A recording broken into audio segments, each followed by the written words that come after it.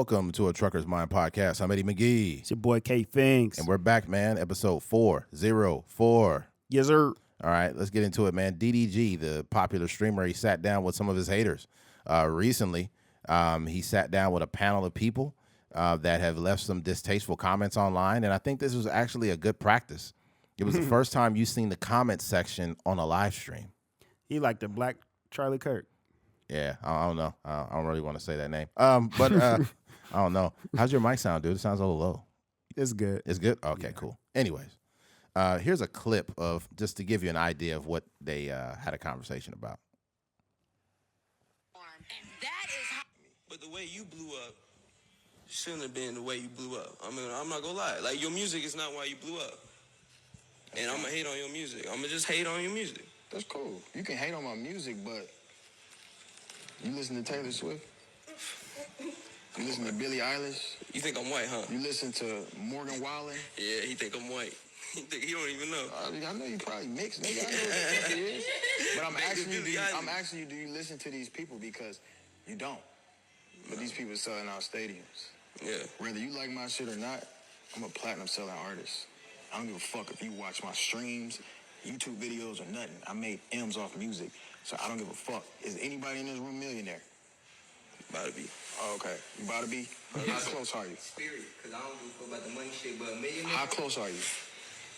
Close, you talking about, I'm a millionaire spirit-wise. Okay, would you do music? He said spirit-wise. This is just how delusional the comment section is. This is why you really shouldn't consider it. This dude said he's a millionaire spirit-wise. If you don't shut the fuck up. Yeah, ain't no spirit money. Yeah, that's not how currency works. Also, I think this is important to mention that if you're a content creator and you're trying to put something out and you're literally creating things with your mind, whether it's, you know, writing a script like Keith or creating TikToks like me and him both, whatever the case, or doing a podcast weekly. If you have people that pop up and say things that are like just pure evil in your comment section, you can't consider them. Why? Because they're cowards. You're such a coward that you had to go in my comment section and not actually create content for yourself. Like, you're too much of a coward to take the risk that I'm taking, so you feel the need to shit on me. And to make it worse, they don't know DDG. He literally, they had another conversation about, you know, his baby mama and whatnot. Like, you should have did this and you should have stepped up and blah, blah, blah. He's like, well, you know what? Go ahead and give her a call then. Give her a call. And he said, no, you can't give her a call because you ain't got her number. And she doesn't know you either. So what the fuck are we even doing here? I just think social media has disillusioned people so much. Mm-hmm. It's made them so delusional and obsessed with celebrities that they think they know them. I remember there was a conversation about Nicki Minaj one day, Nicki Minaj and Cardi B. And there was some people in the comments like, nah, Nicki don't even rock like that. She wouldn't even say nothing like that. I'm just like, what? I will say, I don't think it's social media. I think this is just the platform that they're using to have this conversation. Right. But this has been going on since we was kids. Yeah. Like, you know, people would be talking about J-Lo like they know her. They would be talking about Diddy and, you know, like just talking about Tupac like they grew up together. You know what I mean? So I just wanted to throw that in. Yeah, that is true. I think, and you know what, you're right. But I think that there was still, it wasn't as rampant as it is now. Yeah. Just because there's more access to these celebrities. Yeah. Celebrities had the ability to be more mysterious in the 90s. Where, like, if you're Will Smith, they only knew him from the green screen. They only knew him from movies. But as time progressed and we got more access to Will Smith on social, you know, he turns out he's slapping niggas now, you know? So I think that the times have changed. But, yeah, man, it's just really strange how people can become overly familiar. There was a situation of mine probably like in 2013 or 14. I think it was 14. And I was having a conversation about something on Facebook.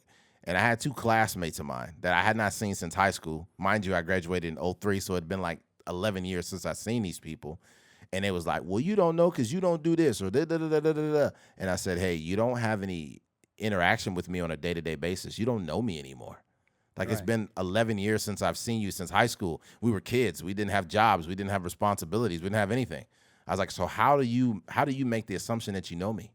Because I was like, I don't know you. Mind you, one of my teammates has said this. And then he was like, well, because you, I said, bro, you don't. And then I inboxed him personally. I said, hey, dude, you need to watch what you say on social because you just look foolish.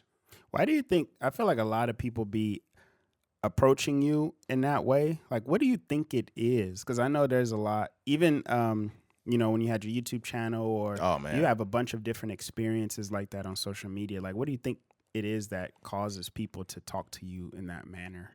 I think that people wish they could be that brave. I think that's one of the problems. I think you could wish you wish you could be that brave, and to add to it, you may not agree, right? So those are the two main things. You wish you could be that brave, and you wish you had like a real face that you could tie to it. But a lot of times people may not like the way they look. Let's just keep it a buck. Some people may not like the way they look. They don't like their life. In addition to not liking you, and that's all they need. That's like ammunition to a gun at that point. Right, yeah. And some people probably, like you said, they're not agreeing with what you're saying, so they're just attacking you. Yeah. Yeah, instead of the conversation. Yeah. I think that there's a lot of people. I think social media, if you want to really put a message out there, whether you're doing comedy skits or whether you're having serious content, whatever you're doing, it takes a certain level of bravery, because what happens is the way your platform starts is it starts with people like, yo, I love your podcast, or I love this and that. But the more people that find out about your platform, you're going to start attracting an audience that's going to be very hateful. And it's not because you're attracting them. It's because they're just grifters. This is what they do. They find things that they don't like, and they pay a lot of attention to it. Like for me, when I don't like something or someone, I pay the least amount of attention to it. But the vast majority of society is like, I don't like the president, and they just stay on the internet all day looking for things to get mad at the president about. I don't do that. If I don't fuck with you, I don't fuck with you. I'm not gonna waste my time. But that's just the way of the world now. And it's also, this is why, like, as far as like your relationships go, I believe, especially in 2025, having very little access to your personal life on social is where you should be. If I met the love of my life, I literally would want her to be on my social as little as possible. There would be a picture of her with no tag and no name on it. I would not tag her in anything on my social. Nothing. It's enough for you to hate me and say things about me, but you're not going to be talking about my girl like that. Yeah.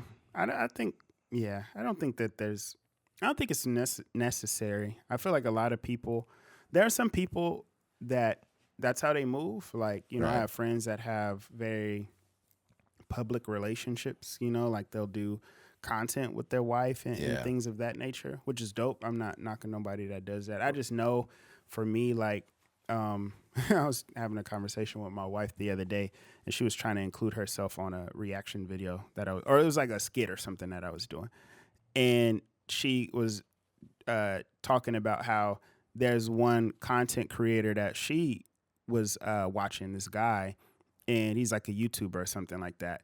And then she just talked about how much she hated when his wife jumped in the videos. Whoa. And it just kind of messed up the flow of it. And it was just like, Right. it's cool that they do stuff together, but she was just saying like how much she doesn't really care for the content that they create together. And, I think that's cool. But everybody's different. We got guys like Todd and Kev and all these guys. They have, make YouTube videos with their partners and things like that. But for me personally, I just don't necessarily, and maybe it's foresight, maybe it's like like you said, I'm a very private person or whatever. Right. Like in conversation or like in the world, I'm not like putting a mask over my wife's face. But Absolutely. I don't think that it's for the internet. Absolutely. When you think about certain like Dave Chappelle and his wife, he's had photos of her with the family, whatever, but she's not overly in the camera. Yeah. Charlemagne and his wife, we've seen never see her. very little bit of her. Or his kids. Or his kids at all. You see nothing of his kids. I've seen his wife maybe 2 times that I've seen her. She's very there's beautiful. probably a couple pictures out in the world of his wife. His wife's very beautiful, but the thing about it is like he does not allow that to play out. And I respect that about him. And I think he's seen that many years ago when people decided they hated him. They called him like he's like a blight on the black community, and he's this and he's that, and once you see that type of reaction from social, you never want to include your children on that.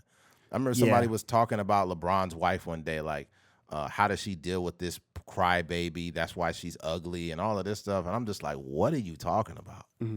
That's crazy that you can have an opinion about LeBron James, but the fact that you bring his wife into it is a little off. Even ESPN did it. Like I remember one time, Steph Curry's wife is usually popping up saying something here and there. Sometimes it's unnecessary, unsolicited things that she might say on a podcast or something. But because she's married to Steph Curry, it's gonna make its rounds. And Stephen A. Smith has mentioned something like, we kind of wish that, you look at LeBron James' wife and Savannah seems to be playing the role of a wife in the NBA. And it's like, I just don't know if you should be having these conversations on SportsCenter, Stephen A. Smith.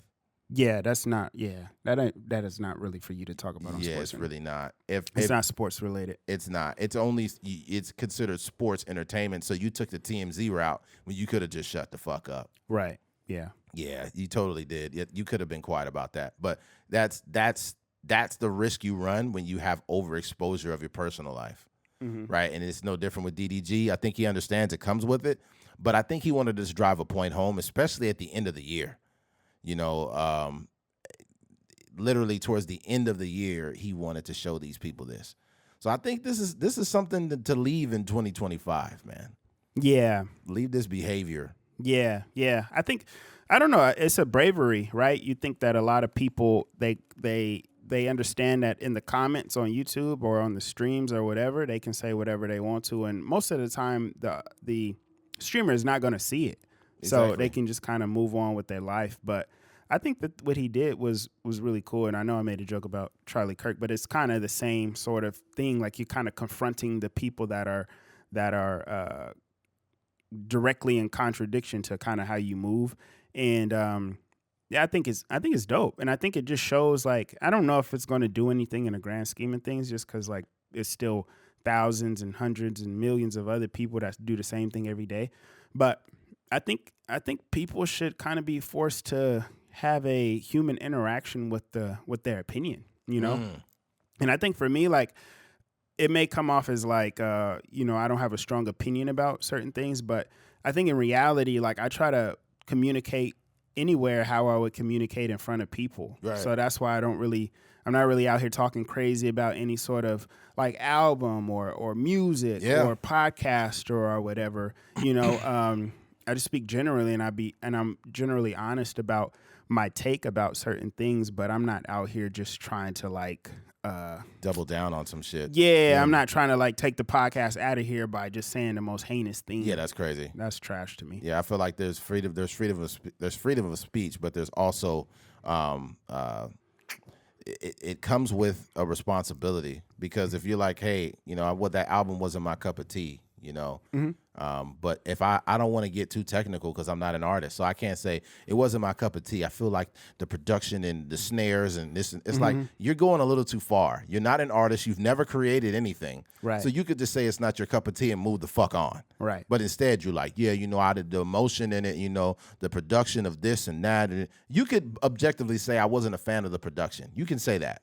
Or even if you are an artist, like, some people have to be careful what they take in that sense too, because you could talk crazy about like Future's album or J. Cole's album or Travis Scott's album, and then we click on your SoundCloud and you got 5 views on your song. It's like, you got to be careful with your takes, even if you are, because a lot of times, like, people are not, and I had not that I've experienced that yet, but I had the foresight to know that, like, a strong opinion is like only great for the internet. Like, it doesn't work in the real world, right? No. When you see people like Joe Budden doesn't do it as much now, but when people like the Migos is trying to jump on him because he talking spicy about them on his podcast, or like for me, what I thought, even on Twitter and things like that, like, it was fun to make jokes, and everybody's trying to go viral and trying to get a million views on a post or whatever.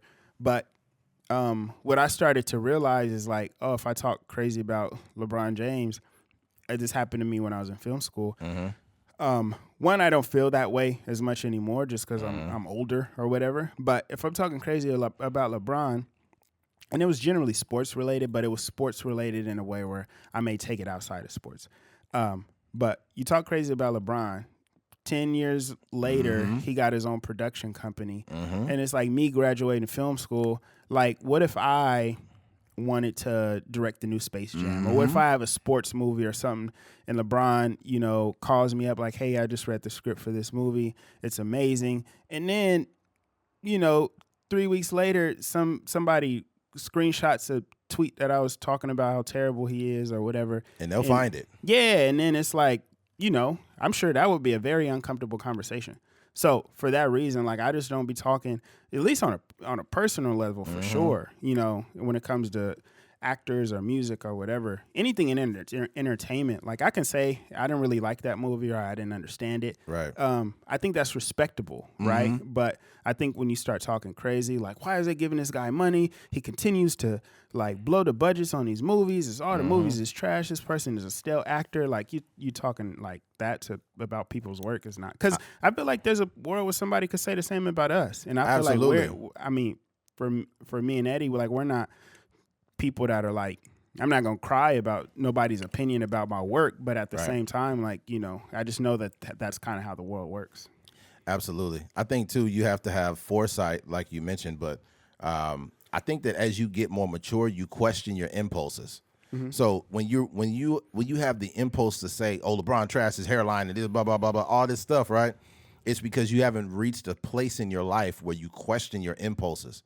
You know, and you don't have to put everything publicly. If you just said that to yourself, this nigga hairline, blah, blah, blah, blah, and you didn't post it, you still have the opportunity to go back on that thought and say, that's overboard. Yeah, no harm, no foul. No harm, not no out foul. in the world. Yeah, it's not out it's not out in the world for everybody to see. You know, there'll be like a dude that's saying all this crazy stuff about, you know, Hispanic women or black women or whatever, and then ultimately he marries a black woman and somehow she looks at his tweets from 7 years ago and she's like, who the fuck did I marry? You know, and it's because your impulses allowed you to put that on there and you never went back. You can't just tell somebody, look, I don't feel that way anymore. I don't feel that way no more, blah, blah, blah. Yeah, that doesn't really work. That don't work. And we always have that conversation about deleting old tweets and stuff like that. But I just think that it's important now in 2025, knowing that we got Kevin Hart's situation and just a bunch of other people. I can't think of all of them, but too many people that have racist tweets and things like that. Like now in 2025, like we ain't really got no excuse. So if you're doing those things now, it's like you kind of hurting yourself. Absolutely. Another thing too, imagine somebody on, you know, because they caught some shit with Nick Bosa back in the day, him saying some wild shit. You know, he may have been a kid, but you have to understand, you know, you can't expect people to look at you now and think like, oh no, you've changed, it's fine. That's not how the real world works. Yeah. If you said, you know, which he didn't say the N-word, but if you said the N-word 50 times in 2012, and then all of a sudden you get married to a black woman and she sees your tweets, she's like, what is this? You can't just be like, I was different back then, but it's fine now. Yeah. That's just not how the real world works. So basically, like, people have the room to grow. People have the room to change. However, you can't expect people to look at you when you've done something so wild on the fucking internet. Right. Yeah, you gotta take your put as little bit of your footprint on the internet as possible. As little bit as possible. Yes. Yeah. And I think primarily what you should be putting out is content. But I know that the internet is the world is primarily consumers. Yeah. But I just think that use the platforms for what it's made for. I think even for me, like, you know, sometimes I'll do a trailer review or a movie review or something like that, and I may not love the movie or the trailer, but I'm speaking about it articulately. I'm not trashing whatever, because I know the work that went into to create something. Even with like streamers, I really don't have an opinion about streamers because I don't watch it. You know, I'm not on there, and I don't care enough about their celebrity to even communicate like about it. You know, like I watch some streamers, or I may watch the replay of something if like Kevin Hart pops up on Kai Cenat's stream or something like that. But I'm not even in that world, so I don't really even know. You know, but yeah, I just like, you know, take it back to the old school where I had an opinion and I just told Eddie or I just told my dad or whatever, and we just talked about it. And then it didn't have a place where it was like forever on this cloud. You know what I mean? That's the rough part now. Yeah. Your opinion is like, it lives forever in the comment section. Yeah. There is I purposely deleted this dude's comment that, like, typically I don't delete people's comments, even if they like disagree or whatever. But when it's just when it's literally completely out of context, just some ignorant shit, I'll go and delete the comment on purpose. But I posted on Christmas morning, that we need to, if you're from the age of like 16 to 25, you're lucky because most of your family's still alive. Everybody's still kicking. And, and you need to appreciate those moments because in 20 years, everything changes, right? And people was like, yo, people were relating to the post. My mom and dad have been gone for this long. I just lost my dad. Like, people were really engaging. They're still engaging in it. But one dude popped up with a emoji with the picture, like with a person holding their ears, like, I don't care about nothing you saying. That's weird. And it's like, bro, like these type of people are like internet. And what's weird is they're always faceless. It's like user 155550789.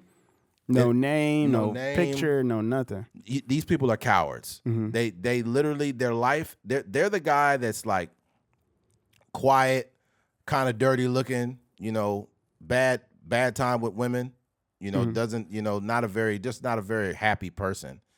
And they get on the internet and this is where they win. This is where they think they win. And the number one thing you can't do is respond to them, because once you respond, that's them winning. I got somebody to respond to my hateful comment. Yes. Fuck that. Yeah. There was a dude that I used to work with. I'll leave him nameless, but he got blocked by Joe Budden. Joe Budden blocked him. And I was like, yo, why'd he block you? He's like, because that fool's a little bitch. He's a little bitch. This is back in 2014. He blocked him on Twitter? He blocked him on, he blocked him on Instagram. Oh, okay. And I was like, why you block? He's a little bitch. Like, I was just like, I was just trolling him a little bit. And it's like, everybody don't want to be trolled. We can't keep making trolling into something that's like socially acceptable for everybody. Everybody don't like to be trolled. Every blue moon, I might throw a little giggle comment here and there. But it's always in good taste. Y'all just be trolling to troll people. Yeah. And nobody has to they don't have, that's what the block button was created for. Yeah. I think, and if people want to, what they would call like protecting their energy, if people want to protect their energy, you can't be mad at somebody for that. You were disrespecting somebody and then calling them out of their name because they did what they were supposed to do when that happens. Like, cut it out, man. Rather than reporting it to Mark Zuckerberg or whatever, like all they did was just block you so that you can't really see what they got going on unless you create another account with another email and that whole thing, And here's the thing, and we'll move on from this, but when you see a person that's an internet troll in real life and you see what their platform looks like, and it's literally them trolling people, it's weird because I don't want to have people figure out who it is, but the person is now deceased who was trolling real bad. Oh, okay. But I can objectively say he was a miserable person. Not in the best shape. And I'm not trying to shame nobody. I'm just describing to you how these people are outside of the internet. You know what I'm saying? And putting just memes, horrible memes everywhere. I remember remember that dude from, was it Kansas that broke his leg? Was it from Kansas? He broke his leg real bad on the court. And the basketball player? And the bone went through his leg. You remember that? Yeah. Okay, he posted that with a meme like, should have got Nikes or something. Yeah, that's And I'm like, you taking this dark shit and posting it, and it's just wild how many of these people exist. Yeah. You can't give these people attention. This is what they thrive off of. There was a person that had like kind of confronted him a little bit and said, hey man, you like, do you like hate yourself or something? He's like, I mean, low key I do, but it is what it is. I'm chilling, dog. He said that? Yeah. Yeah. That's crazy. This is why you can't acknowledge these motherfuckers, man. You got to just let it go, because like some of these people, that's how they are on their day to day. They're not sure of themselves, but what they're sure of is you're a person that's going against the grain, trying to put out content you believe in, and they're giving you a problem. I used to also post videos on Facebook back in the day. They used to get a lot of engagement, like before I even started a podcast. And some people that I knew, maybe some coworkers or whatever, will pop up like, oh, you trying to be a philosopher now? Or when did this start? I don't know this person. Who is this? This is crazy. So do you think you know everything? And it's like, fuck your coworkers. Fuck them. I go there to make money. I don't go there to appease you. Right. The fuck are you? You're not, what content do you got up? Except for you drinking alcohol every fucking week. Some of these people are losers, man. Like, that's the thing too. I'll say this before we move on. Like, before you question your content and you're worried about your coworkers that are saying things about you, go look at them. Look at what they put on every week. They post them eating terrible food and drinking alcohol every week, multiple times a week, and they're cool with that. To them, that's the content they post. They think that you should be like them. You don't have to do that. You can do something much greater that actually has a purpose on this planet. Mm-hmm. Don't worry about what they got to say, because when you become something better or something significant, those are going to be the same people that either just flat out ignore you or they become a fan. Mm-hmm. So fuck them. Amen. All right, switching gears. Christmas presents. People being ungrateful for Christmas presents. I'm gonna pull this link up here to kind of give you an overview of why people may feel slighted by a present they got. Besides them being a complete piece of shit. Let me go ahead and read this here. Reasons for ungrateful. Let me read this whole thing first. People being ungrateful for Christmas gifts often stems from unmet expectations, disappointment, feeling overwhelmed, or underlying materialistic attitudes, leading to reactions like disappointment, entitlement, or outright complaints. But many suggest reframing thoughts, practicing empathy, open communication, or simply managing expectations to cope with the hurt feelings from perceived ingratitude. Reasons for ungrateful reactions: unrealistic expectations. The gift didn't match what they secretly wanted. Disappointment. The gift wasn't enough, or they were hoping for something else. Materialism / entitlement, a belief they deserve more or better presents. Emotional overwhelm. Excitement or disappointment can manifest as negative reactions, especially in children. And the last one, social pressure. The obligation to act happy can make genuine reactions difficult. So all of these things point to fake people and also people that don't have any emotional regulation. So I'll say this, I was hanging out with the family on Saturday. Thursday, my bad. Me, Keith, his wife, his mom, dad, some family had stopped through. We was all hanging out over there. And I was just grateful to be with family. And mom's popped up with a $25 In-N-Out thing. Did you get yours? We got PF Chang's. Ooh. Mm-hmm. So like, dog, you got to think about it. Like that, I was like, oh, wow. Like, thank you. Mm-hmm. Like, all I want is a hug and just to spend time. I don't want shit from nobody. Right. Getting anything else is a blessing. Mm-hmm. I got a bunch of a million cologne samples. I got cologne for damn near all of 2026. But yeah, it was beautiful, man. It just ate some food, chilled, hung out with family with zero expectations. Right. But I think that when I've been seeing videos of kids on TikTok being very ungrateful and like sad and angry and all of these things, and what I would say about that is this: I love it. I love the fact that they're angry or, ungrateful, simply because life doesn't work the way you expect it to. Right. And I think the best way to go throughout life is to limit your expectations. The only expectations I have are those of myself. If I go on a first date with a woman, I have zero expectations. She could be the best woman I ever met or be a complete piece of shit. I'm ready for all the outcomes, right? I feel that. Yeah, so that's the thing. That's how life is supposed to be. You cannot be a person that's like, especially what I hate is if I'm first meeting anybody or a woman in any capacity, and it's, my love language is gifting. I love gifts, and I love flowers and money and things of that nature. That's just how I am, and that's how you show me you love me. And I'll be like, okay, cool, you have a blessed day, and I'll just walk the fuck off. Because it will never be enough. It doesn't matter what I would do for you. It would never be enough. I could get you a Mercedes, but it wouldn't be the right color. I could get you flowers, but it wouldn't be. It wouldn't look like an Instagram picture. I could get you brand new shoes and leggings and clothes, but it's not the right fabric. Like, people that want things like that or have this entitlement to have the best of something, they don't truly appreciate it the way they should. Mm-hmm. You know what I'm saying? It's kind of like the person that gets a car and they lease it and they just keep trading it in, getting different shit all the time, over and over and over and over. They get a 2026 in 2026 and they're like, all right, this is old by 2027. Mm-hmm. It's just never enough, man. Yeah. I seen, there was this kid, he had to be like 2-3 years old or something like that. And his parents, and I don't know if it was it didn't seem like a joke. You know, sometimes I know that the parents do that jokingly. Like they may Right. get their kid, like, instead of a PlayStation, they get them a Station Play or something like that. And it's like a joke and they laugh about it and they go viral and then they end up giving them the real present.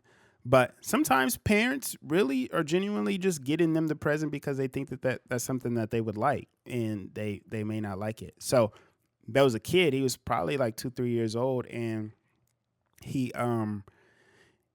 got the Uggs. I think they call it like the towel, Like the slides. yeah, it's a name for him. I forget. It starts with a T.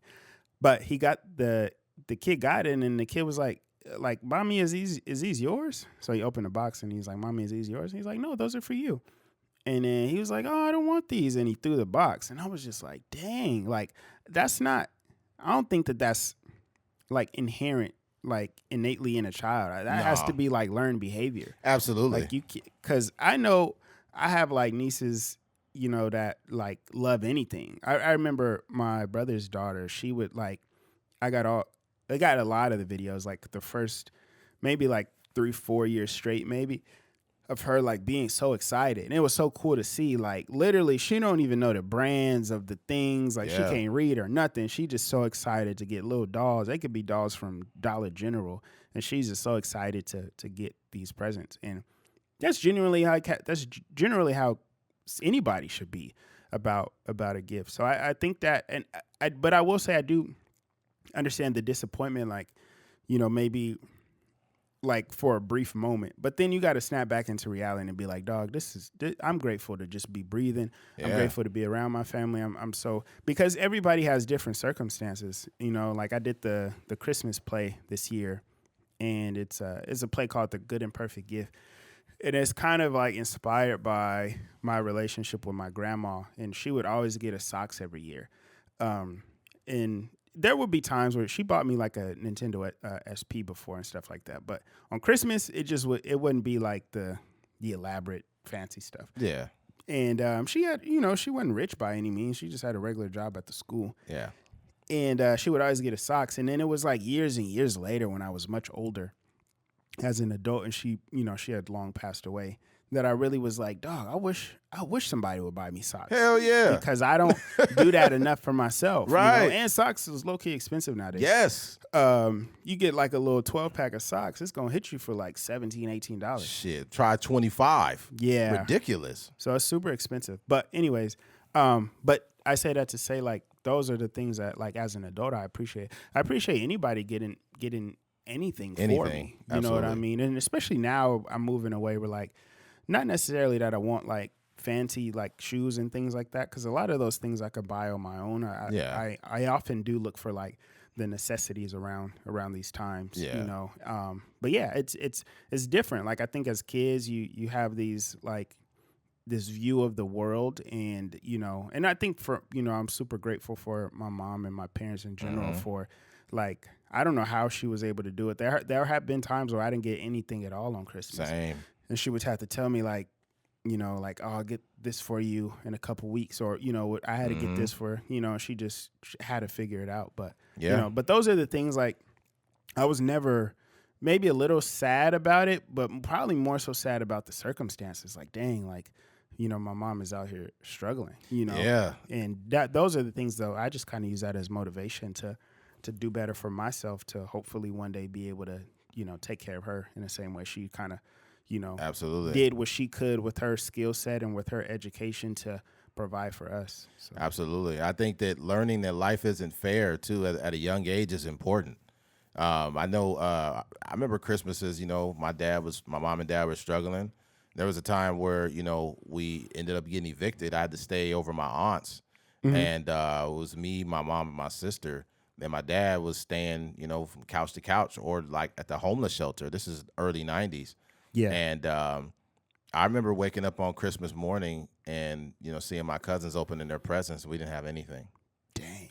So it taught me early, like, you can't expect stuff Right. just because the Christmas. And, you know, I cried. I was a kid, but you don't have a real concept of the world yet. You know? I will say, though, like, you know, and not a disrespect to your family or whatever, but Right. that's also kind of foul.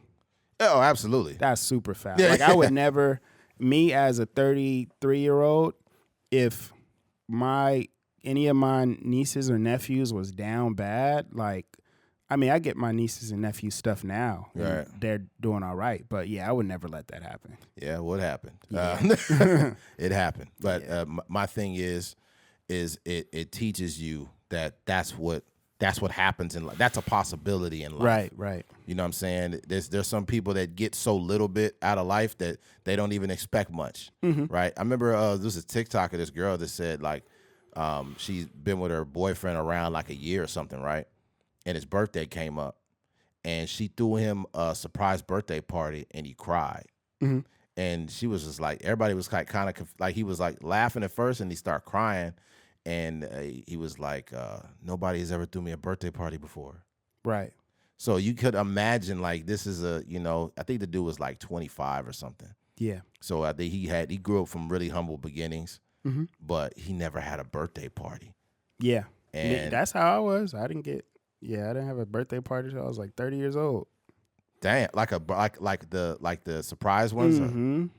That was my first like birthday party. You know, I mean, I don't know if my mom ever did like when I was 1 or something. I doubt it. Right. Like as a conscious, Like being, a centered around you. Yeah, birthday. Got you. Yeah, never.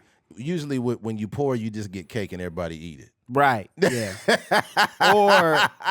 or we celebrate with everybody. Like Right. Everybody birthday that's at the end of February. Right. Beginning of March. Like we just all get a function. I had birthday parties, let's be clear. Even though we had times we was being real poor, we had birthday parties, but the difference was me and my sister are literally 3 years, 3 days apart. So her birthday's on the 11th, mine's is on the 8th. So I never got to like have my own shit. I'd always share with my sister. Yeah. Because when you pour, you don't break up the birthdays. You just put them together. Yeah. You know what I mean? I think the most vivid memories I have as a kid with my birthday parties was this though, is when we was doing okay, my dad would like, he would do pretty cool. Back in the 90s, Little Caesars was the shit. Like I'm not a big fan now, but Little Caesars was a shit back then. They had this thing called Bigfoot Pizza.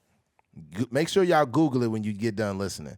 It was called a Bigfoot Pizza. I forgot how long it was, but it was long as fuck, and they cut it in squares, right? Yeah. You wouldn't. I don't know if you was around yet. You was born in 92, right? Right.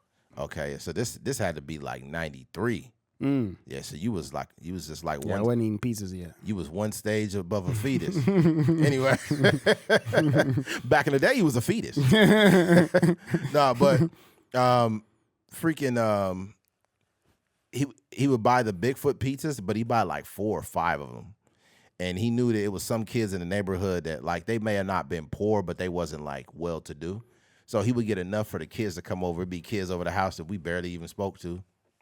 Just grabbing, huh? Just over there eating pizza and shit, eating ice cream and cake and shit. Yeah. But dope. It was dope though, because he was doing that shit on purpose to make sure that everybody got something. everybody ate. You know, so I was like, that's cool. And that was back when we lived in Delano.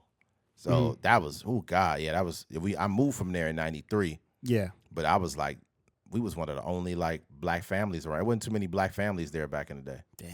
So it's just a bunch of Filipino kids, Filipinos and Mexican kids in there. Yeah. And some of them was homies because we went to school, but other ones are just hungry kids around the corner. The crazy part about like we have those experiences, like, you know, if you grew up in Wasco or Delano or whatever, you be like, man, I'm the only black kid at the school or the only black kid over here or whatever in the neighborhood, but it doesn't really change no matter where you go. Yeah, like unless you in Atlanta or Alabama or whatever, like that's just, even in my neighborhood where I live now, I see one black family around the corner and that's all. It's kind of, you know what, you're right. When you think about it, like we're not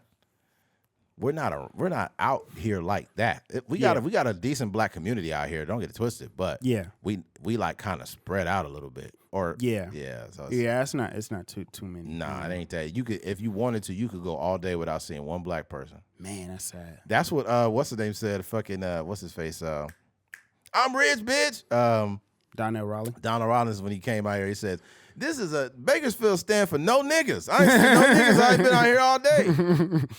And he said, "Where the black people at?" And it was like me and like 2 other black people in there. That's funny. And he's like, "God damn, y'all ain't got no real niggas out here." Donnell Rollins is a fucking riot. That dude is hilarious. Yeah. Oh man, I wish I would have been able to make it. Oh my god. I think it was weird because I originally got tickets. Well, I thought I bought the tickets. They might have been sitting in my cart or something. You know how it is when you get on your phone, you get to click in, and then you might get distracted by a text or a notification. Yeah. And then I wasn't able to get on there. And then when I look back, I was looking at like the time and the date and stuff like that, and I couldn't find the ticket at all. And then he ended up rescheduling, so I wasn't able to make it anyways. But yeah, that's one I wish I would have been able to get to. Did you see that they moved the well? Yeah. Yeah. Where they moved? It's down the street now. It's I think it's literally down the street on 18th Street. Mm-hmm. That's where I would assume a comedy club would be, though. Honestly. Yeah. Like the downtown of a city. Yeah, not way out there. Yeah. I like that location, the way it it looked and stuff. But it doesn't have the ambiance to match it. Yeah, like, but I think it kind of it's one of those things where people can accidentally walk in there. Like on a Thursday night, you know, you just want to go out for a drink or something like that. And you're like, what's going on over here? You see people laughing, and you just walk in and sit down. Absolutely. Yeah, I think that the well is going to become, you know, a legitimate hub for comedians. Yeah, I like what they're doing with that. Yeah, they got a lot of comedy clubs I need to check out in LA. They got a place called Flappers. It's right off the 5. It's right over there by a big furniture store. It's kind of by BJ's on the 5. And then what's the other one? We got to hit the comedy club, Bruh. again, man. I mean the comedy store. You ain't never took your wife there? No, we haven't. I don't know. This might not be. I don't know. Yeah. But yeah, I don't know. This might be. Oh, she probably. Yeah, she could roll. That might be cool. Yeah. But it is I feel like that's a guy thing, though. Yeah. Like, Okay. Me, you, my little brother. We can head out there. We got to head back out to the comedy store. Yeah. Laugh Factory is another good one too. The Laugh Factory. Laugh Factory, and then it's another one. I forgot what it's called, but yeah, they got like a lot of good clubs out there. Yeah, but I done lost my train of thought. Fuck was we talking about? God damn it. I don't forget. God, this is the Christmas presents. Oh, there we go. That's embarrassing. That's how you know we brains are getting fried. But yeah, man, I just think sometimes life is unfair. I just, for me personally, I don't have people in my life that act that way. I don't, because I would be so annoyed by the fact that you have an expectation of what you deserve just because you exist. That wouldn't work. I think you know if I had a kid and they're like, dang, Dad, I wanted this, but I wanted this, and they were really ungrateful, right? I would be embarrassed as a parent because I allowed it to get this far. First of all, Yeah. right. I think that's a behavior that needs to be corrected immediately. The very time that my kids will become very ungrateful or create expectations based on what my income is, I would purposely buy them exactly what they wanted, and I will put it back in the box and go give it to a poor kid. Yeah. I'll say, hey, can you pick, okay, at your school, I want you to pick out the person that you want this shit to go to. Because this ain't going to you. Yeah. Yeah, I think it's important because I feel like a lot of times, you know, we don't really understand the true meaning of Christmas, whether it's from a religious standpoint or from a, you know, just like a secular standpoint. It's just, you know, about being around your family and like you said, just fellowshipping and talking and laughing and reminiscing and, you know, eating good food and stuff like that. It's not really about the gifts, but what happens a lot of times, like you said, if you don't really communicate that to your kids and they just grow up and they think that, you know, and they're just so used to getting presents, and maybe one time, like, they don't really understand that Dad just lost his job and that we couldn't afford presents this year or whatever, or maybe you was just acting bad and you didn't even deserve anything. Yeah, exactly. Like, I just think those things should be communicated very early on so that kids understand, you know, that this is not what it's really about. Like, you gonna get something, but if you don't get anything, it's still okay. You know what I mean? Absolutely. Yeah, I would like. Yeah. It's especially like if you lose your job or whatever. I just don't think kids have a concept of that. That, you know, that there's no life experiences there. Yeah. But I feel like it's like, hey, you know, this is life, son. You know, lost my job, but I'm out here looking for work to continue to, provide for this family. But, if you create expectations of what I'm supposed to give you and you don't get it, you can't be upset with me. Mm-hmm. You know what I'm saying? I'm doing my best. Mm-hmm. But I think those things too, it's also okay to just communicate it. Yeah. Beforehand. So Yeah. it's not a surprise. You know what I mean? Right. Like, especially if for like younger kids, they might have wanted to play Roblox with their friends or something like that. Yeah. And sometimes parents they don't say nothing until afterwards, which is like, I just think it's easier on a kid for their psyche to be like, hey, on the December 15th, like, yo, we down bad. I only got enough to pay, these bills. Absolutely. And I can't afford to get you any presents, but Yep. We're gonna hang out with your family. We're gonna have a good time. Absolutely. I've had that talk. But I want to reflect on the best Christmas I've ever had. And that was in 1996. I remember I knew what was in the boxes just based on the expectations I created for myself and the amount of extra shifts my dad was picking up. He was working a lot. I remember my dad was working at Robinson's May. It was this like huge department store in the mall back in the day. And he was working in shipping and receiving, and he was just working. And even at that time, we didn't even have, like, our car had broke down. He was catching a bus to go to work, but he was picking up extra shifts. I remember he was at work a lot. And I remember Christmas, like the day before Christmas, I really looked at the gifts, and I was like, you know what? That's a Super Nintendo. I know it. and because I used to go to Walmart a lot. When you poor and you don't got like a video game system at that moment, you used to be able to go to Walmart and they had a TV and it had like a display game. I don't know if you remember that. Yes. Okay, yeah, okay. But you go there, they have a display game and they had 2 controllers. So I used to go to Walmart on purpose to play. They also did that at Blockbuster. Yeah. Remember how you could go into Blockbuster? They had a Super Nintendo and a Sega Genesis, and it was always other little poor kids hogging up the games. Yeah. And I just kind of knew. And that was dope. I knew they had bundles too. And back in '96, they had a game called Killer Instinct that came with the Super Nintendo. So if you bought the Super Nintendo, it came with Killer Instinct. Just like, remember the original Nintendo? How it came with Mario Brothers? Yeah. It came with Mario. Was it Mario Brothers? Or I think the original one was Super Mario Brothers. Super Mario might have been later, but yeah, Okay. I think it was Mario Brothers. It came with Mario Brothers and Duck Hunt. That's what it came with in the 90s on the regular Nintendo, but on the Super, they had it switched up where it came with Killer Instinct that year. That's fire. And my dad also bought 2 games. So he had Killer Instinct and then he bought Madden. Dang. He bought Madden 97. Yeah. And was Madden on the cover? Yeah, it was Madden on the cover. This is a complete side note. They doing a Madden movie. Really? I forget who's playing John Madden, but yeah, I kind of Is Matthew McConaughey in the movie?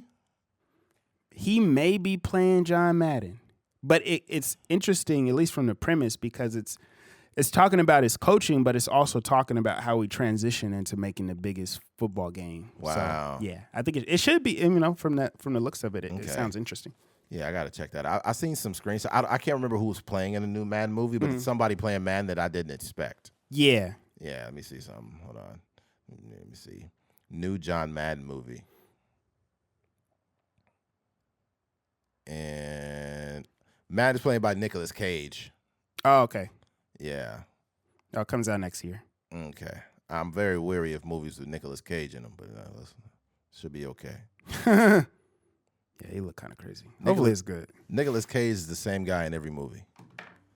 He gonna be on there as John Madden, like, whoa, so like, what are we gonna do? Like, what do you think? It's like, that's not John Madden at all. Anyways, that year I got Killer Instinct was a dope ass game, and I got John Madden, and my pops got an extra controller, and I know I was just whooping him in Madden so bad. Yeah, I was killing him, and he was so fucking pissed off. But man, that was the best Christmas I ever had because that's exactly what I wanted. Right. And I never made a fuss of it, but like when my parents would like be either like in the back or away from the living room where the presence was, I would like kind of like shake it a little bit, like move it. I'm like, oh, that's a Super Nintendo. That's That a mug Super was Nintendo. a little heavy, huh? Yeah, I was like, it got a little weight to it. And then when it had a individually wrapped one on the side, and I was like, oh, that's the extra game. Yeah. Because the game came in a square, like a square box, and I could feel like the plastic. I was like, oh, that's a game. Yeah. And then it was another box, and I was like, oh, that's the extra controller. Yeah. That was dope. Yeah, I feel like now, I've definitely had like great Christmases. I remember getting like a scooter back in the day. I got a Razor scooter. I think I was there.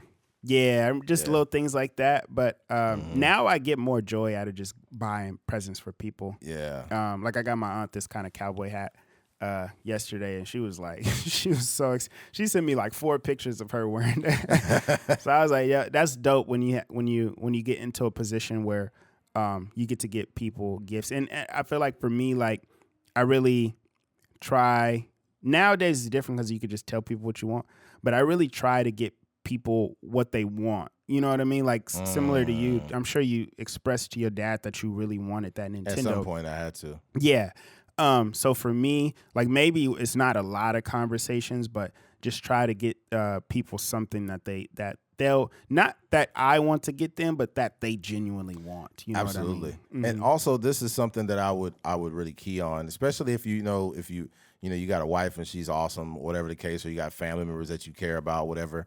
I think the gifting doesn't have to stop on Christmas. More or less, if your wife's going to work and shit and her tires aren't terrible, but they starting to get a little bald, you can just go change those tires off, get her some new tires. You know what I'm saying? Or if she's like kind of stressing out a little bit, she's working a lot, whatever. Maybe get like some what's a place with like good drinks and like margaritas and shit. You could like pay for her and her friends to go chill out and hang out or something like that. But a girls' night out. Yeah. Just go ahead and pay for a spa or something. Whatever women do. Go ahead and pay for it. I think that'd be cool too. For sure. Yep. Switching gears. Dave Chappelle. Recently, Dave Chappelle came out with a special. What was it called? The Unstoppable Nigger. Is that what it's called? I think it's just Unstoppable, and then Netflix kind of puts a ... on there, and you fill in the rest. Nah, it's at the opening scene. It said the word. Yeah, it says it, but like if you're just scrolling through, Dave Chappelle new special. Look, it just says the Unstoppable. Like so on the title of it is probably that, but it doesn't say. What I'm saying, it doesn't say that on the title. I mean, on the list or whatever. Yeah, it doesn't because they don't want to put that word there. But when the opening thing, it shows it. There's a lot to unpack about Dave Chappelle's new special. I enjoyed it, but I look at his special as more than just satire. I look at it as like in some cases a history lesson. Because some of the people he brought up, it told a story and it created parallels between our current time and the landscape of that America that he was mentioning, right? I'll say as far as the special goes, I truly enjoyed it. I don't know where to start, dude. It's so much to unpack. But I will say that he spoke about where he lives, right? So he lives in Ohio, but Ohio is more of a red state, but where he lives is like a pocket of like, Bernie Sanders supporters, like liberal hippie people, he said. And he said where he lives, he bought up a lot of property. He owns a lot of shit where he lives. He's like, if you want to make liberal white people mad, just buy the whole town, right? And so he's making this joke, and he said he enjoyed living there and owning a bunch of stuff because he could walk up to somebody and be like, do you live here? Are you supposed to be here? Yeah, I'm calling the police, right? And I thought that was hilarious, like a Black Karen situation. But he also spoke about what do you call that? Gentrification. Whenever like there's like a housing project or something like that, and the property value of that place is kind of low and it's beat down and it's underserved, typically people, they'll come in and gentrify that area, buy the property, and push people out. Not literally, but they will price them out, right? It happens in a lot of Black and brown communities all over America. And this is what he said. He mentioned that, gentrification happens to Black people. He said, but there's no name for what I'm doing to them. Like, I'm just buying up a bunch of shit where I live And somebody said, "Oh, we appreciate you buying everything, Dave, but what about affordable housing?" And he was like, "Well, I could afford my house." He's like, "I could afford yours too. Let me know if you're ready to sell." Mm-hmm. Which I thought was like crazy, but you would look at him and say like, "Oh, that's fucked up. He's being an asshole." However, you can't say that about Dave without looking at what is actually happening. Mm-hmm. I think he's purposely saying these jokes in order for you to look at him. But in order for you to look at him, you have to look at the landscape of how many people are being gentrified, Mm-hmm. and how many communities are being underserved and bought. Also, I'll jump to a completely different story. He ended up one night randomly meeting T.I. Remember he talked about that? Mm-hmm. And he said, "I'm gonna show you. I'm gonna show you my city. I'm gonna show you Atlanta." So he's driving Dave around to these different places, and he's showing him, "This is where this happened. This is where this happened." And he said, "That's where Martin Luther King lived as a kid, and this is where he did this and that." And he said, "Hey, I'm gonna take you to a party, man. I'm gonna take you to the studio or whatever." And then he pointed at a guy in the studio and said, "Hey, that's the future of hip hop right there." And he said, He didn't know. He was saying that there was like an energy around him. Yeah. And Dave had asked T.I. who it was, but he kind of gave him a roundabout answer as like, this is the future. Like he didn't really say his name. So then Dave went up and asked who it was. Yeah, and it was Nipsey Hussle. Mm-hmm. And he said that he said Nipsey was a great guy. He said this nigga was like a human fortune cookie. He had an answer for everything. Yeah. He was like, I was telling my wife, like, the nigga is young, but he older than me. Yeah. Yeah. So it was dope. And then fast forward, he mentioned that he got invited to a party. Nipsey had hit him later. He said, "Hey, he said it's a party, it's this and that, whatever." No, somebody else had hit him up. Oh, somebody else had hit him up. Yeah. Oh, okay. But it was like an invitation-based thing. Yeah. But somebody, I guess, in his circle had invited Dave, and Dave was like, "Damn, I want to go to sleep. I really don't want to do nothing, but I'll step out." Mm-hmm. And he said he stepped out, but it ended up being Nipsey Hussle's was a Grammy nomination party because he was nominated. And he said it was beautiful, but he said it was beautiful. It was a great night. There was a lot of people there. Everybody that he respected was there. And he said, but the issue I had was like the lighting. Earlier he had mentioned surveillance because remember he talked about the hip hop police. Yeah. And he said that like somebody had The warned. lights was different. He said the lights was different because it was being surveyed. Like the surveillance when they have certain lights up. He said I felt weird about that night because it felt like there was surveillance going on. The lights was different. And I was like, damn, I ain't never heard that. But he's like, yeah, he said he got a weird feeling. And he said not too long after that, he got a call that, he said his wife woke up crying saying your friend passed away. And then he made it. He said, "Who? I'm old." Oh yeah. Yeah, he said, "Who? I'm old." Specific. He said, "You gotta be more specific than that." And she said, Nipsey had passed. And he says, "This is why, I understand, why people feel the way they feel about Charlie Kirk because some nobody went and killed him." So he never said that he really agreed with Charlie Kirk or anything of that nature, but he could understand people loving him and feeling the grief after he passed away. So I thought that it was a masterclass of empathy. Yeah. Because he shot down the whole comparison of people trying to compare Charlie Kirk to Martin Luther King, but he also understood how people can feel about somebody when they pass on. You know what I'm saying? Yeah. Which is crazy. I thought overall, like, I think when Dave Chappelle first got the special with Netflix, and I don't remember every joke that was like kind of told in that first special. Right. I do remember the next one kind of had a lot of the trans jokes and stuff in there. But I feel like there's a point in time in certain comedians' careers where I think Jamie Foxx mentioned it, but they're almost too wealthy to be funny. And I don't necessarily think that's true. I think that people kind of like they just quit sharpening their tools, like they're not hitting the comedy clubs and things like that. But Dave Chappelle is he's a real comedian. Like he'll pop up in a movie every now and then, but he's a real comedian. That's what he does primarily. And I would just say at 50, whatever years old, however old he is still in it. Yeah. He doesn't sound or feel or You know, you can tell like, and I'm not going to say any names because I don't want to disrespect anybody, but you know, some of the comedians that ain't done a tour in like 10, 15 years, and they get up on the stage and they gained a little bit of weight and they look a little different, like, and their cadence isn't as like, you know, it didn't sound like it used to. But Dave Chappelle, you know, in 2025 is still funny. Yeah. But the only difference now is that he used to tell like dick jokes back in the day, Yeah. right? And not literally, but just like dick jokes. Yeah. But now, like, he has found a way to be like a professor, you know, Yeah. almost, and incorporate comedy into that. Like he's operating at like a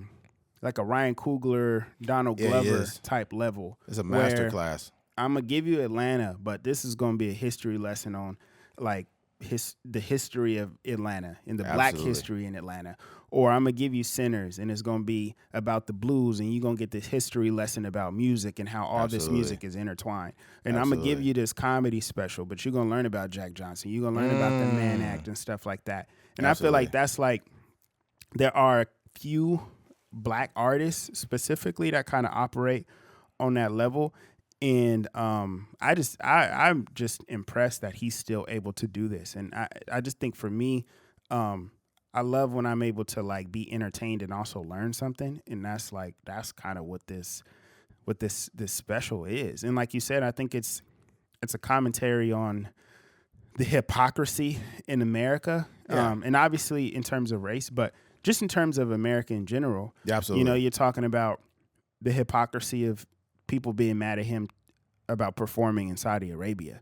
You know, when he Yes. talked about how they killed 400 something Over journalists. 240 journalists. Yeah. And yeah. And like you said, just mentioning how that, you know, if this was done by white people, this gentrification, like it would be called gentrification. But since I'm doing it, they don't really got a word for it. Like, so just he's Yeah. giving these examples and just showing you how like on this end it may look bad, but this end it's okay. Yeah, you know. And mentioning the Saudi Arabia thing, he was mentioning Bill Maher. Bill Maher tried to call him out, saying it was he's being a traitor for what he was doing or whatever by performing out there in Saudi Arabia.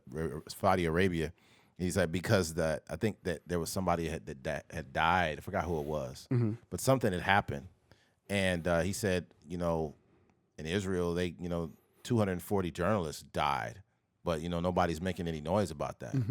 So I thought that was important. Also, I think that he gives certain history lessons, especially when it comes to like Jack Johnson, because America omits so many things. They've omitted so many things intentionally throughout history, and that's why he mentioned Jack Johnson. Because Jack Johnson, before Jack Johnson, there was a guy named a slave named Tom Molyneux who fought for his own freedom and won. But after him, there was Jack Johnson, and back then, Jack Johnson was not allowed to fight like the world champions because he was black. Nobody wanted to fight him. Ultimately, there was a champion that was considered a world champion in Canada, and he called out whoever wanted to fight him, and ultimately he allowed Jack Johnson to fight him, and Jack laid him out. And then it kept happening over and over again, and Jack was like the undisputed prize fighter. And this is a black man back in 1910, that was exclusively dating white women in 1910, which is crazy. Right. I can't even imagine that. Yeah. But it got to the point where he ended up having to leave, flee the U.S., and he didn't come back until the 40s. But ultimately, he died in a car crash. But he mentioned that his last quote before he had passed was, "I did everything I could for my pleasure," which is like, wow, that's crazy to think about. This nigga was busting nuts till the day he died. To date a white woman in 1910 was insane. Yeah. That, like, if you don't understand the historical context behind it, don't be like, well, everything's about race, so I don't understand. If you don't understand, open a book. There's so much history that people don't know about. And I feel like I think he's doing justice by, saying the wild shit, but getting your attention with the wild shit and then hitting you over the head with actual history. Right. Yeah. He mentioned the only thing Charlie Kirk and Martin Luther King had in common is they got shot in the neck. They had nothing else in common. Mm-hmm. He said, "Can you imagine if Martin Luther King was doing what Charlie Kirk was doing, like hit the like button and subscribe to my channel, come back for more content." Like, and he said, like, that's some internet shit. He said, typically, people on YouTube and these platforms will say things that make these polarizing opinions and say these wild things to get not just attention, but to get what do you call that? Just to get views. Mm-hmm. That's not who Martin Luther King was. Martin Luther King was a guy who literally did things peacefully, and doing things peacefully did not get you attention.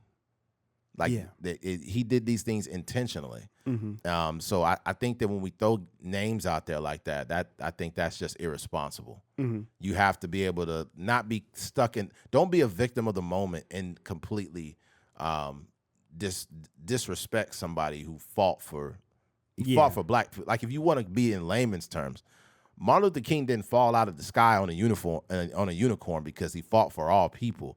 He fought for black people. Let's get it right. There will be no Martin Luther King if he did not fight for black people. Mm-hmm. He wanted equality for black people. Mm-hmm. Okay? Mm-hmm. There wasn't some mysterious evil that was out in the world that he was fighting. He was fighting racism, nigga. That's why he was around. Yeah. He also mentioned, what did he say? He said that, one day I went to Diddy's house and everybody's like, oh God. He's like, this before I knew all the shit he was doing. But he said, now that I look back at it, he's like, I was sitting out there on the balcony having a drink with him. And he said he just swirled his drink around and he looked at me and he said, so what are you into? And he said, I was like, I don't know, video games and, food and things. He's like, I didn't know what's going on. He said, I guess that was my opportunity to fuck Cassie, right? And I was busting up laughing because it was such a wild thing to say. But the truth of the matter is, we need these terrible jokes sometimes. I think that we live in a society that's too politically correct. And I think that it's ruining the way we really think. And what I love about comedians is they completely mind fuck people. They say some wild shit. It's okay to laugh, but it's also okay to be empathetic, to empathize with Cassie, to empathize with Martin Luther King, to empathize with Charlie Kirk. You can empathize and also laugh at satire at the same time. I don't think people understand that. Yeah. They just act like you have to be serious the whole time. I think some of that stuff is just in people, though. Like, that's why I hate even addressing those people. Right. Like, because, like, everybody has, like, a niche audience. And I think that that's who primarily people are speaking to. Right. Because everyone's going to have an opinion about, like, Absolutely. oh, why would you make fun of Cassie? It's like, well, it just wasn't for you. It wasn't. Absolutely. You know what I cannot stand, and it's so disgusting, and it's happening on left and the right, where you'll see a comedian that's like known as like a liberal comedian, and they say all the typical liberal talking points, like, and that's why our red Cheeto president, blah, blah, blah, blah. And everybody's like laughing, and it's not funny. And the Hodge twins, they're like conservative, like comedians, and everybody in there with MAGA hats and stuff, and they're laughing at jokes that are not funny. It's just ideology. Right. It's like this is not comedy. I don't know what this. It's like low hanging fruit. If you're a person that could go into a room with people who have left and right leaning beliefs, and you're making people laugh and you're making them uncomfortable, I feel like Dave is more left-leaning, but he says shit that the left cringes and they hate. Like the trans jokes, I know they hate. About trans people. I know they hate that shit. On the right. Yeah. So he talked about the Falcon and the dude killing the trans. Oh man, Falcon killing the trans people. Yeah, he said the Falcon came down at 240 miles an hour and hit this lady and the dick popped out. He's like, turns out, I don't even want to say it. I'm gonna just leave it alone. Y'all can watch it on Netflix. Yeah. But I think, above all the jokes, like the specific jokes, just his like this kind of, he has this through line, that kind of talks about like all of this, like you said, just kind of putting that mirror on society at large, and that the connection, he's like interweaving, Black history in there, and then kind of putting it all the way to my, and even he talked about, I think one of the most profound things he talked about was like, before he did his closing, he talked about how he wanted people to stop talking about things as though they're facts if they're not facts, you know? Like he said, it's okay to say that I think, it's okay to say that I believe something, but, you know, unless it's a cold hard fact, we have to stop communicating about things in that way. And that's something that I really like believe in. So essentially he tells his whole story, tells the Nipsey Hussle thing, and he talks about how he didn't know that Nipsey Hussle was going to do this documentary about Dr. Sebi before he died, and about how Dr. Sebi was a person that was said to have cured 2 people of AIDS, and how he had to go in front of the New York court and he beat won. them twice. Yeah. And then he talks about this comedian that he knew. He's like a street comedian that did drugs and all these things. It was like his mentor. It was like, you know, he was on SNL before Eddie Murphy, but he didn't know how to read, so they let him go. But anyways, he's just like, he was able to kind of get back on his feet and do his thing in terms of comedy. I'm talking about Dave Chappelle's mentor. I forget his name. Yeah. But anyway, he seen him in a club and he thought he was on drugs, and he was like, "Hey man, you doing drugs again? What's going on?" And he was like, "No, I'm sick." And then he revealed to Dave Chappelle that he had AIDS. So he was like, "Man, we're not gonna let you just go out like that." So he said he hooked him up with Dr. Sebi. Charlie Bennett, yeah. So he hooked him up with Dr. Sebi, and he said he was going every day for months and months and months. And then he said, you know, basically the punchline was that he actually died. He died of AIDS. He died of AIDS. And you know, he's kind of leading into this thing as like letting the audience believe that he's going to get saved, like Dr. Sebi is going to save his life, but he didn't. He died. And then that was kind of his way of saying like, hey, like, we don't have to believe all these conspiracy theories. Like, we don't have to think that because Nipsey Hussle was going to make this documentary that he got killed by the government or something like that, or because Bill Cosby was going to buy ABC, he got arrested. And like, sometimes there's true. We know that the government was in part of the reason why Martin Luther King died. But Black Panthers, Fred Hampton, all of it. Yeah, we know those things for a fact, right? But that's kind of what he was saying. He was like, there are some facts that we know, and then there's some things that are just conspiracy theories, and they don't have any validity to them. Right. So with all that being said, you know, he kind of made that story to let you know, like, hey, it's okay for stuff to just kind of happen. Absolutely. It's okay for some nobody to just kill somebody. It doesn't have to be this huge government conspiracy every time somebody dies. So I thought it was when he talked about Charlie Bennett, he spoke about like he was a great like street comedian, and he ended up getting a gig for Saturday Night Live, but they kicked him off because he couldn't read. And, you know, he said ultimately he got involved in, you know, some movies and things of that nature, but, you know, he had a bad drug addiction. And when it comes to the Dr. Sebi situation, I just think the internet, what does Charlamagne say all the time? Nobody cares about the truth when the lie is more entertaining. And I think people are entertained by the concept that, you know, oh, this is why this has happened. And, you know, even Nipsey said in the song, he said they killed Dr. Sebi. He was teaching health. I fuck with Rick Ross because he teaching wealth, right? So he was outspoken about like him believing, I guess you could say a conspiracy of Dr. Sebi being killed. And you know the internet just really drug it. But he said you don't have to say things like I know. You can say I believe or it's a possibility, whatever. Because sometimes conspiracies can be real. But like the Illuminati stuff and all of that, it's like, bro, it's just a wormhole. And when you think about it too, it's like, what is it really doing for your life to do this? Nothing. Like if you're not an investigative journalist or you're not like being paid to really look up and try to crack a code about something, just go to work and take care of your family, man. Just let it go. Yeah, just stop doing that. And also, people are not really doing no real research. No, they're just watching TikTok videos or YouTube videos. That's it. When somebody they like 720p, like it's always the ones with the conspiracy theories is always low quality. No, they ain't 720. They 480p. 480p. I'm like, dog, why can't you get an HD camera, bro? That shit look like an analog channel from the 90s. It's never, for some reason, whenever it's something that's conspiratorial, it's never, if especially it's Illuminati, it's always blurry images. Yeah. It's terrible quality. Anytime it's a UFO, the sky is always blurry as a motherfucker. Yeah. It's like, come on, man. Get out of here. But anyways, you got 15 minutes to that game start. I thought it was at 5:30. 5:20. Oh, shit. Okay. All right. Well, we got enough time to touch on one last thing, and we'll get up out of here. Also, since this is the last pod of the year, I'll just leave you with a little quick message as well. Switching gears, Taylor Chase from Ned's. There is he was a child actor, Taylor Chase. Ned's declassified. Huh? Ned's declassified. Ned's declassified. Yeah. Now, it was a little bit past my.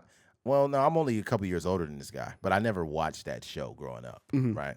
But one of his former Nickelodeon co-star gives heartbreaking update after getting him in hotel. So basically, he trashed the hotel.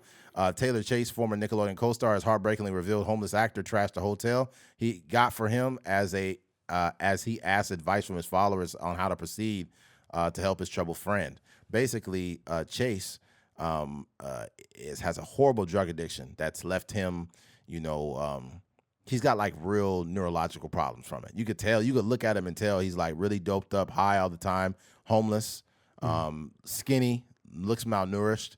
And people have been making like a point to walk up to this guy while he's homeless and messed up and drugged out and have a phone in his face like, dang, that's dude from Ned's Declassified. What's up, homie? Are you good? Are you good, dog? Oh, that's messed up, homie. Hey, here's $10 though, bro. God bless you. Yeah, they're making TikTok videos about it. They're making TikTok videos of somebody else's despair. You are like, if you do that, you're a piece of shit. Get your camera out of his face. Like, are you that stupid? Where you think that putting the camera in somebody's face that used to be, famous for a Nickelodeon show is gonna make you blow up? That's so ignorant. Mm-hmm. Like this TMZ, TMZ kind of ruined people a little bit. Like, people were already pieces of shit, but it started making regular people think that they needed to be reporters. Mm-hmm. Not only that, but they gave regular people the ability to go live. Like, Dave that works at Dave and Buster's does not need to fucking go live when he sees somebody homeless. That's the problem. I don't think that we should be using our phones to, videotape somebody else's despair. Yeah. But yeah, it's been an ongoing thing. I pray for the guy, man. I just think that my only take from this is, why put a camera on somebody's face when they're clearly not doing well? That's the main thing, man. I know the dude, the one that I've seen primarily talking about it is Daniel Curtis Lee, I think his name is. The black dude, right? Yeah. Yeah, he tried to help him. He the one that got him the hotel. And he is you could tell he's really affected by it, because every time he talks about it, he's just like, I think the first time it was some weeks ago that I seen him talking about it, and he was distraught. Like, yo, I just went to see Tyler Chase, and, it was just kind of hard to see. And one thing I will say is, like, I'm sure that Daniel is trying to do the best for him, but one thing that I've realized in my life, like, in being surrounded by people with addictions, whether drugs or alcohol or whatever, is that you can't really help anybody that's not ready to help themselves. Yeah. It's different when it's like, when you know that feeling where it's like, man, I'm just trying to get right. I'm trying to get clean. I'm trying to do this. I'm trying to do that. That's different, where you can go, you can help somebody, you can take them to the rehab. You can maybe talk to them, communicate to them in a way where, you're trying to speak in life into them. Right. But somebody like that, like, they're just too far gone, and they're not trying to get any help. No, they're not trying to. And maybe he doesn't have that experience. Maybe he's just trying to do the best he can, which is not a bad thing by any means. I just know that doesn't work. You need two parties to clean people up in that way. It can't just be Daniel going out there trying to do good for him, Yeah. trying to get him a hotel. Or Ain't whatever. nothing you could do. And the people on the internet like, why isn't anybody helping him? What's going on? It's like, you guys on the outside looking in, you have no idea how exhausted his family probably is, and how much they've probably tried to help him. You just don't know what's in the background. Yeah. It doesn't matter how much somebody's strung out on drugs. Ultimately, it's going to be it's going to be up to them to get themselves checked in. Do you guys, Yeah. I don't know if anybody remembers. You remember that show, Celebrity Rehab? Yeah. Like, a lot of those celebrities were just like, even Dennis Rodman, he was a severe alcoholic, and he would just get mad and be like, oh, I'm leaving. Fuck this shit. I'm out of here. I don't need any help with this. And he Yeah. was clearly a drunk.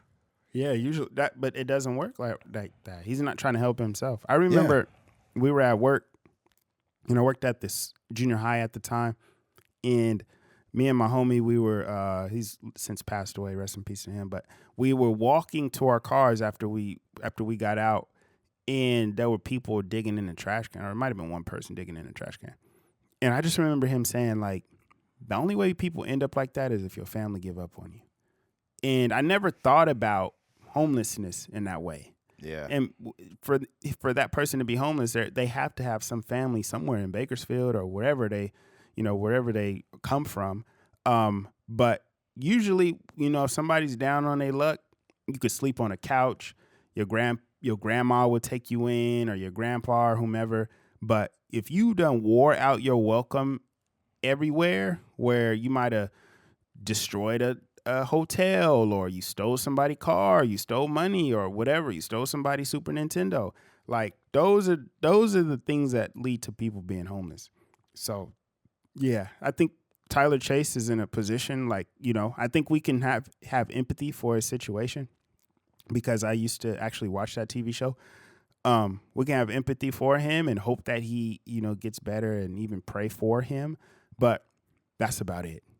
There's maybe, give him some food and stuff every now and then if you see him on the street. But that's kind of all we can do for him until he makes the decision for himself that he wants to be clean. The worst story I've ever seen on Celebrity Rehab was a rapper named Shifty Shell Shock.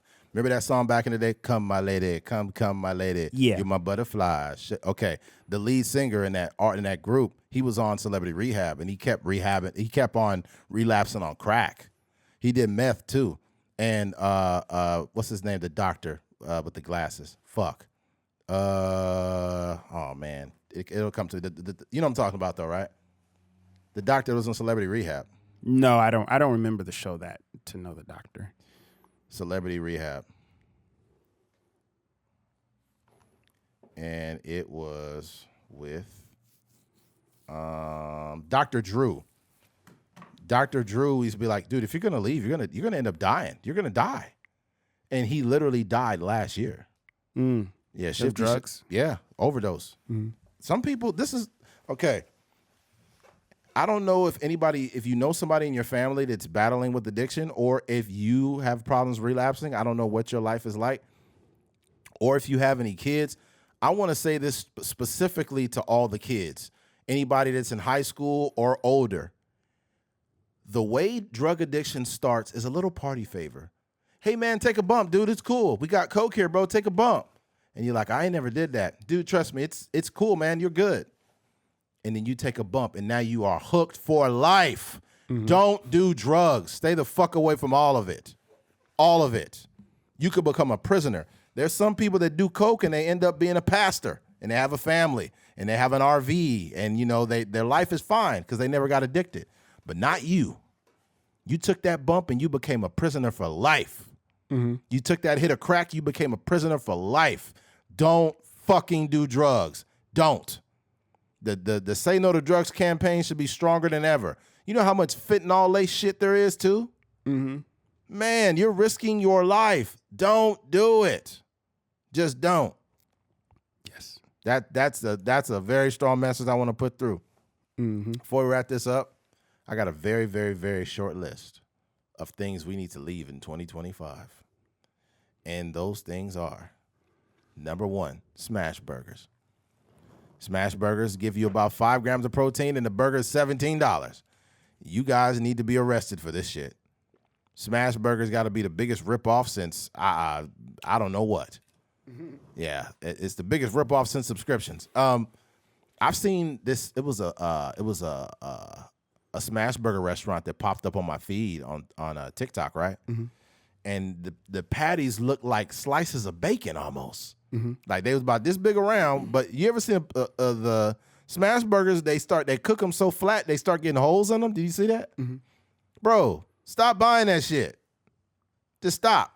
They taste okay, but not enough. If you got to get like 8 patties just to get a burger, fuck that. So they got to go. Number 2, paper bags. It's got to be the biggest ripoff in American history, man. We went from plastic bags for free to paying for plastic bags. Now you taking the plastic bags away. All we got is paper, and you charging us 10 cents for those bags? And the fucking handles always break on them? Yeah. That's insane. Just stop the madness. I'm gonna go on Amazon to see if I can buy plastic bags, dude. If they just get reusable bags. I don't like reusable bags. You want to know why? Why? Because you have to be very aware of what you're putting in your reusable bag, because if you buy meat and that meat is remotely leaking, you can have bacteria all in those fucking bags, and it's going to be all over your new food. So you just want to be aware. If you do use reusable bags, that's fine. But do not get meat products and then try to reuse that shit again. You got to toss that bag out. Mm-hmm. Okay, so there's that. Number 3, vaping. I don't know if men just like putting stuff in their mouth, that they have an oral fixation, or if they just like inhaling smoke. You got to stop that vaping, man. Stop it now. That shit is fucking people. It's worse than cigarettes. Mm-hmm. You know what? I can't say that. I can't say that. I don't know that to be factually true, so that I'm not going to say that. It's probably equally as bad. People getting like the popcorn lung. Popcorn lung and shit like that. Mm-hmm. I don't understand. And then the shit stinks. They be like, oh, this is strawberry flavored. No, nigga, that's death. When people smell like vape, you can smell it on them. They be thinking like, this is vanilla, man. And actually, it was in California. They stopped the flavored tobacco, right? Yeah. Yeah. So they just smoking straight vape out here. Mm-hmm. Not even a good smelling vape. They smelling just nasty. And the very last one before we get out of here is the N-word. I don't understand y'all, man. We got to leave that N-word in 2025. And I'm saying this I want to speak more specifically to all my minorities out there, Cambodian, Filipinos, Hispanics, everybody.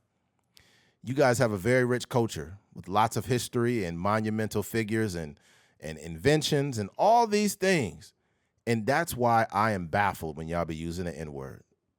It is reductive to your own culture when you do that, and you need to stop it. And I think as a black man, I grew up with a lot of different people. And regardless of what I heard people say to their uncles, cousins, friends, whatever, I still knew my limitations because I respect people's culture. You know what I'm saying? Mm-hmm. Now, I'm not saying I own the N-word. I don't own the N-word. But it does become a little bit frustrating as a black man when you hear people say it. I understand that hip-hop is influential, but why do you want to sound like Young Thug and say the N-word every 3 seconds? And it's weird. And it doesn't even sound right. Because when it's like there's a certain fluidity in which black people say it to each other. Mm-hmm. But when I hear somebody from like somebody else that's non-black that's saying it, I'm just like, yo, like go crazy, bro. Go ahead. But at the same time, I'm just like, bro, why? Yeah. Why? Why? Mm-hmm. You know what I'm saying? I've taken my due diligence to learn about other people's cultures because I have genuine curiosities of, people's origin stories, where they come from, the history of people. I just don't know that people that use the N-word a million times have done their same due diligence. And that's where I have the issue. Do you know enough about people who look like me for you to be running around saying the N-word? Yeah. Because if you did, you probably wouldn't say that. Yeah. Right? So let's do it. And there's so many, first of all, there's so much rich culture for you to be proud of. In addition, there's so many motherfucking words in the dictionary. Mm-hmm. There are infinite words in the dictionary that you can use or adopt besides the N-word. Let's do better in 2026, okay? Because between this podcast, me and Keith, we hardly say the N-word. Mm-hmm. We might have said it, might have slipped. Who knows? I don't know. But even as black men, we don't really use it just because it's distasteful in public. I don't be calling Keith the N-word in public. Mm-hmm. I don't do that. Yeah. Right? So let's do better, folks. All right, we got to wrap this up. The Niner game is about to start. We love y'all, man. We genuinely do. We appreciate you Happy for New Year. another Happy New Year. And God bless you, man, going forward. Got any quick goals before we wrap up? My only goal is to turn it. Well, not my only goal. I have other things, but the one I feel comfortable saying out loud is I want this podcast to be what it's supposed to be. I want to reach more people, and I want a lot of America to tune in. I feel like we've got a lot to say. We've been saying a lot for years, and with your help and with the people that catch this pod, that's what we'll do. Outside of that, man, my genuine thanks goes out to everybody that tunes in every week. It means a lot, and we're thinking about you going into this year, man. Yeah. So there's that. Man. I think for me, I want to shoot a feature film. That's my goal. Shoot a feature film in 2026. That's what I would say. Well, that's something definitely to put out there. I think that my goals are that I have need to match my efforts. It's not that I'm afraid to say them out loud. I just think I'll feel even more better once a lot of the efforts match. Yeah. You know what I mean? So there's that. But just do it. Yeah, absolutely. Just do it. Just do it. And then by the time you turn around, you're like, oh shit, it's happening. Right. Well, if you made it to the end of this episode, we genuinely appreciate you. Thank you for listening to a Trucker's Mind podcast. I'm Eddie McGee. It's your boy K Fings. We're out of here. Peace.